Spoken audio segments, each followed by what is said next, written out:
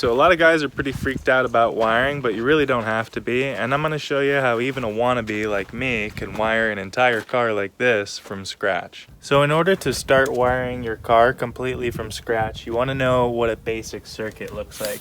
So I have a battery, I'm returning to ground, and I go through a fuse, through a switch, and then to my load.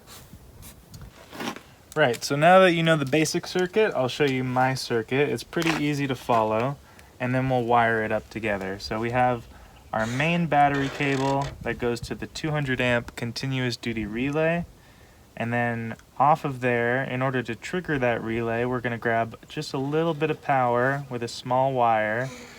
That's gonna go through one switch on the dash, one switch inside the engine bay, and then it's going to go to one post on the continuous relay. The other one will get grounded, and then we'll also jump power off this first switch, and that will go to our starter relay so that we can trigger power right here inside the engine bay. And that one is grounded off of the body of the actual relay itself. So make sure when you mount that, you have a good grounded surface behind it and there's no paint on the back of the relay. So now, in order to get relay to the starter, or power to the starter, we go through the relay, off the continuous duty relay, and then just straight to the starter. Simple as that. On the same terminal, we're going to go through a fuse and then up to our main fuse panel. That will jump over to our key switch. I'll add a key switch right here.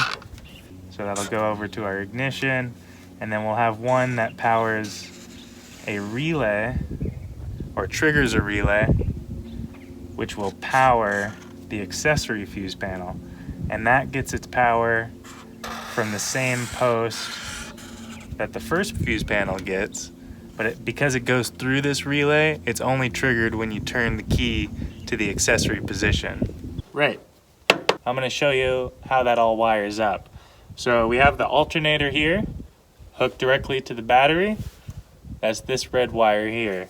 It just goes to one post on the battery positive. We have the battery positive going to the 200 amp continuous duty relay. That's this guy here feeding the positive in. And then we have that separate circuit. So that separate circuit is actually being pulled off this same post.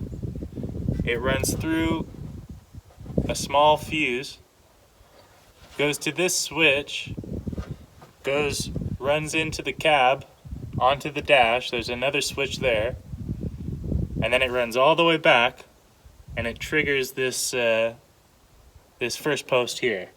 That's that post there.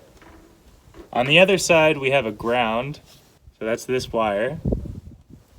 And then from there, we have a big battery cable attached to our starter, which has a wire running to it from this button. Okay, so under our wheel well, we have the switch and the push button. Power comes into the top of this switch, and when it's triggered, it goes into the cab onto the dash, and it also goes to the push button switch, which when triggered will trigger the starter relay, starting up the car.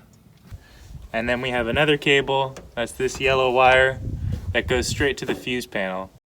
Right, so I'll show you this yellow cable that's running to our fuse panel. And I made this custom fuse panel just out of some scrap metal, some holes for the mounting points, and then just drilled a couple holes for the actual mounts of the fuse. And then there's a tab back here on the relay. If you've been keeping up with my short videos, you'd have seen me make that. So subscribe for those.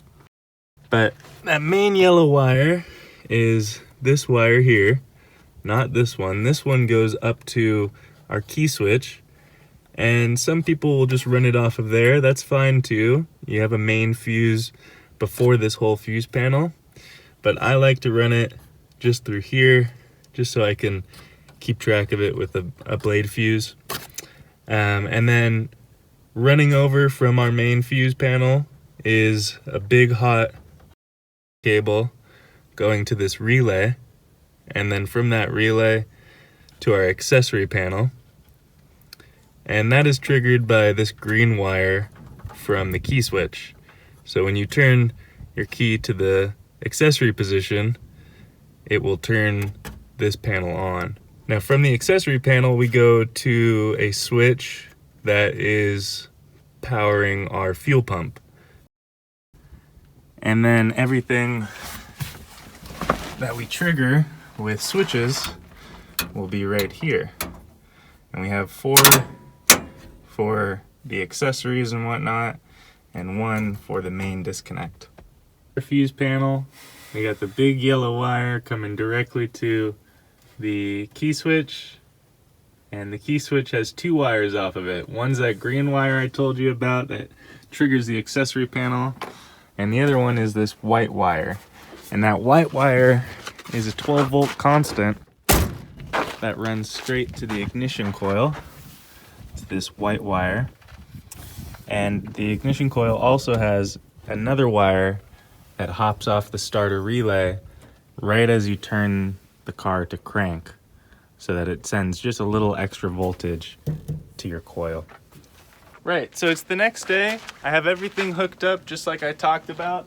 One thing I didn't mention that I want to mention real quick is that main cable that's running from my relay to my main fuse panel is not the final cable, because I haven't calculated the total amperage of my entire system.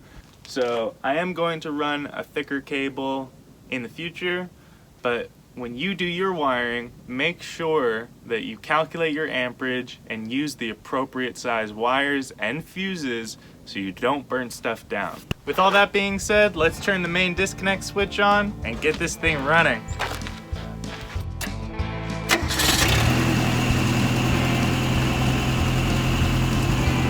So tune in next time.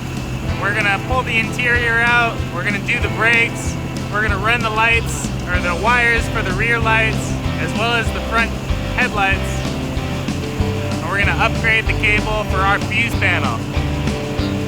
See you guys then.